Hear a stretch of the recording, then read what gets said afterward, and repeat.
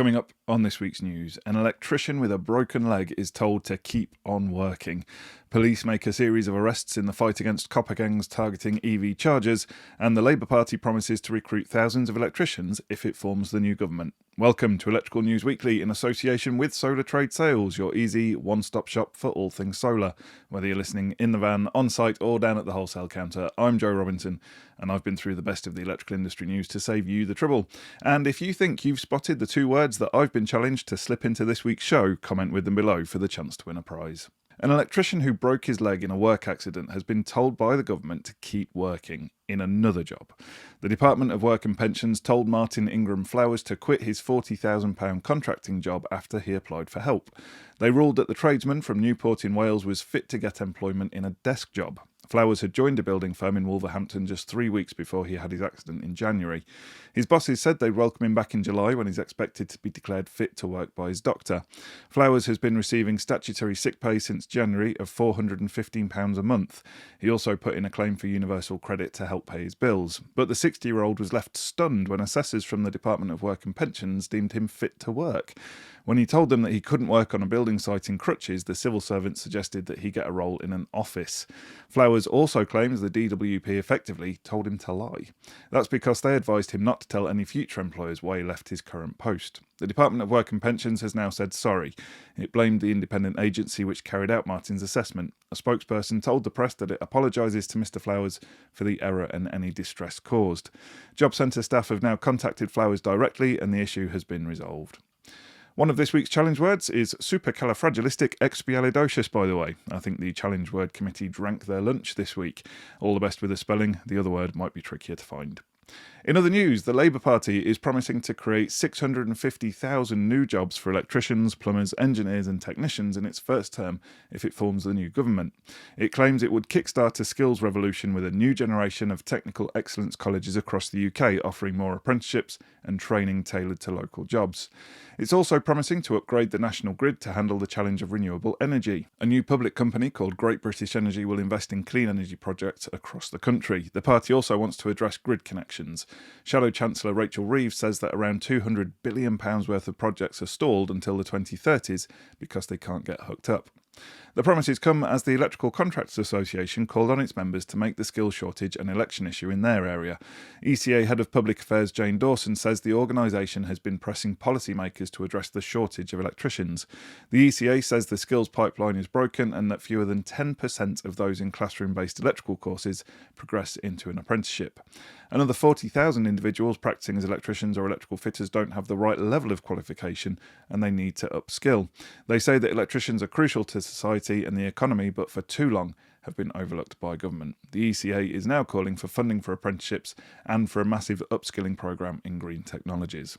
Speaking of upskilling, last week's question of the week came from our free training package made with the Luceco Group on electrical design and asked, calculating design current for a resistive single-phase 1 kilowatt load in the UK will give you which of the following values? The correct answer is simply to divide the power by the voltage, and that gives you around 4.35 amps. And a very respectable amount of people got it right on YouTube at 87%, but LinkedIn just squeaked it with 88%. Interestingly, lots of comments on LinkedIn getting the right answer for the wrong reason. Might be worth checking out the free training package on the subject, even if you think you know it well. Also, great news is that part 2 of the electrical design CPD is on the way. I'm working hard on that behind the scenes, so stay tuned for that in the future. Now, earlier this month, we did a special report on the copper crime wave that's sweeping the country. We revealed that for just one rapid charger provider, there were 174 thefts of EV charging cables from 27 sites since November. The rising cost of copper is being blamed. Both individuals and organised crime gangs are involved, say insiders. This month, however, police say they are starting to turn the tide. They've made a series of arrests across the country. In Rotherham, a woman and man were taken into custody by officers responding to reports of cable theft from a charging station in a McDonald's car park. In Basingstoke, 2 men were arrested on suspicion of burglary after police discovered a large quantity of copper cable. And in Sandwell, in the West Midlands, 2 suspected copper thieves were detained following a foot chase. Charging station firm Instavolt says it wants to deter cable robbery in the first place. It's installed CCTV at its sites and stepped up the use of security patrols. It's even using smart water technology across the network to stop theft and vandalism taking place at charging stations. In product news this month, Martindale has unveiled a PAT tester which it says is designed to simplify the process of assessing portable appliances. The compact Handy PAT features a single button. This activates either a full Class 1, Class 2 or lead test without any further interaction needed by you, unless a failure is encountered. You can perform a 500 volt insulation test quickly, and you can flip between test voltages of 250 volts and 500 volts easily. This is handy when testing kit with surge protected circuits such as sensitive IT equipment that requires a 250 volt test.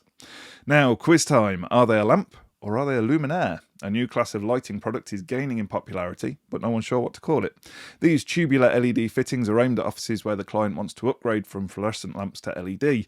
The trend is being driven by the ban on fluorescent lamps. The units are designed to fit into the slots previously used by T5 and T8 fluorescent lamps. But crucially, they don't take the power from those terminals. Instead, they're wired up to remote drivers in the ceiling. In this way, they avoid the technical problems that LED tubes encounter in different light fittings. Technically, the new products are luminaires, tested to the relevant standards, and they have features such as double insulation. Examples include the Recess from Coco Lighting and the Revolve from Light Projects. Shelly has begun shipping Generation 3 of its mini relay, which it says is the smallest relay switch in the world.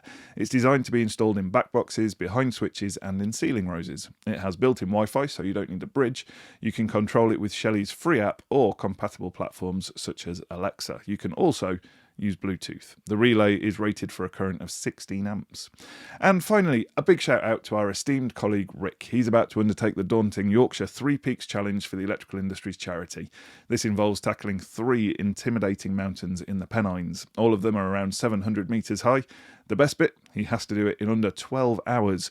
Gordon, who's done the challenge himself, has some words of comfort. I'm going to do my best Gordon voice now for this next bit. He says, "Oh, there's a tuck shop, a burger van, an ice cream stop and 2 pubs on the route where they do a nice Wensleydale ploughman's." I bet Rick will be looking forward to it now. The Electrical Industries charity sees up to 30 new cases a week, sometimes more. The vast majority are about money concerns, as you'd expect, but mental health sessions continue to be the most used service it provides. If you'd like to help Rick and this brilliant charity, I've popped the link to his donation page in the show notes.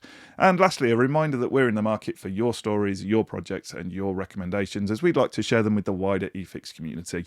June's nearly up, but in July we're shifting our focus to data and networking and fire and security, plus all the new innovations that are coming into the industry. Send us pictures of your installs or let us know if you've come across any new kit that's making your job easier. Now, just before we get to your favourite bit of the show where I reveal last week's challenge words and winners, we want to thank our premium partners. We couldn't make the news without you. First up, they're the brand that pride themselves on keeping people close to what's important. With the world's most recognisable doorbell chime, it's Ring. Up next, for all your circuit protection needs, they're like having an Italian star striker in your Premiership team. It's Ludum Palazzoli. And if you want to pump up the jam and join the home heating revolution, then it's got to be heat pumps from Daikin. And if you want to get smart, but don't know where to start, relax. Whether you need whole home entertainment, commercial grade infrastructure or anything in between, Snap One offers countless solutions for connected homes and businesses. Are you looking for easy to install modular lighting solutions and emergency lighting products designed by specialists in the industry? They're ready and waiting to light up your life. It's Cosnic.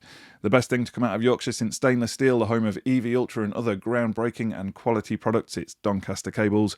And if you want a lesson on how to reinvent a commodity product into a stylish but discreet feature, then look no further than D-Line Trunking. If you want to get your cables organised and tidied away in any situation, they've got a solution.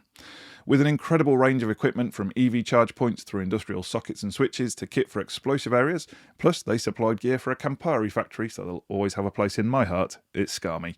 Big thanks to you all, we really appreciate your ongoing support for the news. If you think you know the words that I've smuggled into this week's show, pop your guess into the comments. We'll take all the correct guesses and select one at random to be the winner of an eFIXX goodie bag prize.